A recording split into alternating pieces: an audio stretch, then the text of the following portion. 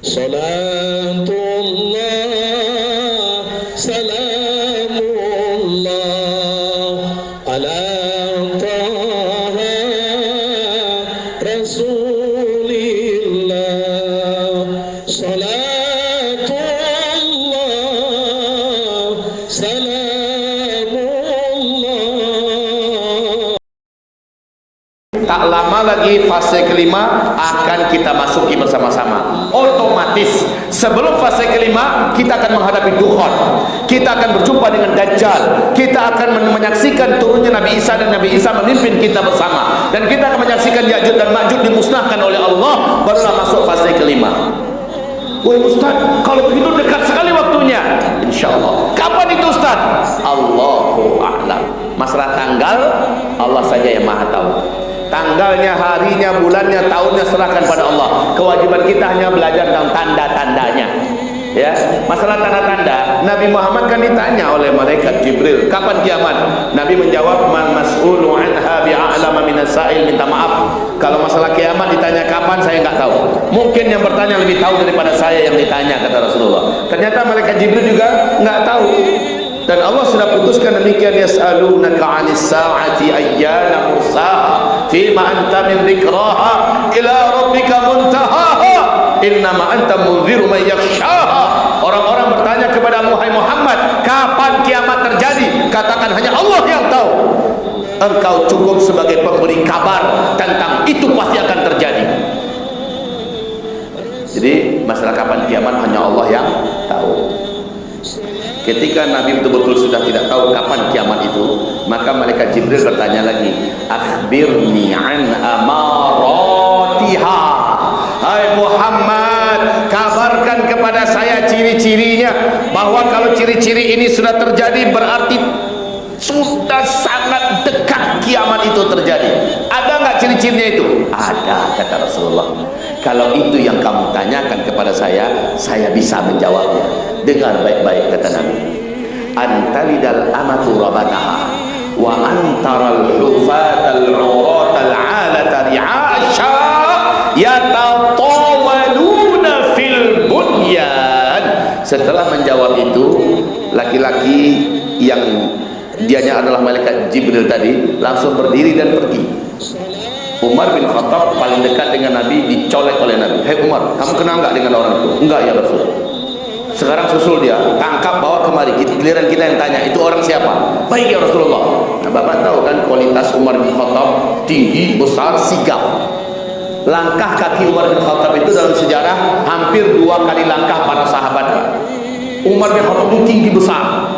Bila beliau naik ke atas seekor punggung kuda perang, kuda jantan, kuda perang, kuda yang sebenarnya bukan kuda poni, Pak. Kemudian kedua kaki Umar bin Khattab tidak dimasukkan ke dalam stirap, dibiarkan saja bergelantung. Apa kata para sahabat? Kedua ujung kaki Umar bin Khattab akan bisa membuat garis di jalan. Kebayang oleh kita tingginya Umar bin Khattab, udahlah tinggi, sigap, cepat. Makanya Umar bin Khattab dianggap sebagai manusia terkuat di Jazirah Arabia. Kalau orang gulat dengan dia di pasar Ukas, belum ada se-Jazirah Arabia sanggup mengalahkan Umar. Kalau pegulat mendengar bahwa nama Umar yang muncul untuk jadi lawannya, kencing dalam celana pegulat itu. Dia tahu kualitas Umar. Nah, Umar langsung menyusulnya. Sebentar aja orang udah hilang. Padahal perumahan di zaman itu sekitar Masjid Nabawi masih lengang, gurun Sahara aja banyak kosong-kosong masih. Beda dengan kita yang keluar dari masjid langsung banyak lorong-lorong tikus kan, bisa hilang langsung. Ini enggak. Baliklah Umar pada Rasulullah, ya Rasulullah, he's gone, udah hilang ya Rasulullah. Kata Rasul, itu tadi malaikat Jibril. Dia datang kemari tadi jelma jadi manusia, diperintahkan oleh Allah jumpa dengan saya, mempertanyakan hal-hal yang kalian dengar tadi untuk ngajarin kalian semua isi agama ini. Nah, baik. Sekarang jawaban Nabi tadi yang perlu kita terjemahkan. Kapan kiamat itu? Saya tak tahu. Ada nggak tanda-tandanya bahwa kiamat sudah sangat dekat? Ada, kata Nabi. Nabi kasih kunci saja. Kalau ibu sudah melahirkan budaknya, dan kalau ibu sudah melahirkan tuannya, dan kalau satu kaum sudah kalian jumpai nanti, kaum itu kere, miskin, penggembala ternak, tidak beralas kaki, bertelanjang dada, tiba-tiba saja mereka mendadak saja mereka menjadi kaya raya dan mereka sangat berkuasa, mereka menjadi raja-raja, lalu mereka saling berlomba-lomba dan berbangga-bangga membangun gedung-gedung yang tinggi-tinggi. Tersirat dalam ungkapan Nabi ini, awas, jika zaman itu sudah kalian jumpai, maka jarak masa antara kalian dengan kiamat sudah sangat-sangat dekat. Ini hadis sahih Imam Muslim, diceritakan oleh Umar bin Khattab. Di dalam hadis riwayat Imam Bukhari diceritakan oleh Abu Hurairah hampir mirip, tetapi Imam Ahmad bin Hanbal di dalam hadis diriwayatkan oleh Imam Ahmad, hadis ini hasan sahih. Bertanyalah Ibnu Abbas kepada Rasulullah, ya Rasulullah, siapa yang kau maksud munculnya satu kaum yang kere, miskin, penggembala ternak, tidak beralas kaki, bertelanjang dada, mendadak mereka menjadi kaya raya, lalu mereka menjadi sangat berkuasa dan menjadi raja-raja, kemudian mereka berlomba-lomba gedung-gedung yang tinggi-tinggi. Ya Rasulullah, bahwa zaman itu sudah kami jumpai, maka jarak antara kami dengan kiamat sudah sangat dekat. Siapa kaum yang kau maksudkan itu ya Rasulullah? Jawaban Nabi adalah singkat saja, humul Arab. Mereka adalah bangsa Arab. Mari kita lihat fakta sekarang. Mampu enggak kita membantah hadis ini dengan fakta yang ada?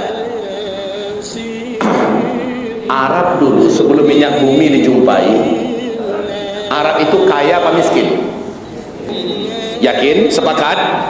Oke. Gurun Sahara yang luas, padang pasir yang tandus, panasnya luar biasa. Dan waktu itu nama Arab masih satu, Pak, Jazirah Arabia waktu itu. Tapi setelah minyak bumi dijumpai di dalam perut bumi negeri Jazirah Arabia, apa yang terjadi dengan Jazirah Arabia? Jazirah Arabia langsung berubah menjadi negeri petrodolar. Betul? Mereka pecah mendirikan negara sendiri-sendiri, dan itu adalah negara-negara terkaya di dunia. Satu, Qatar. Dua, Bahrain. Tiga, Uni Emirat Arab. Tiga adalah Kuwait. Empat adalah Uni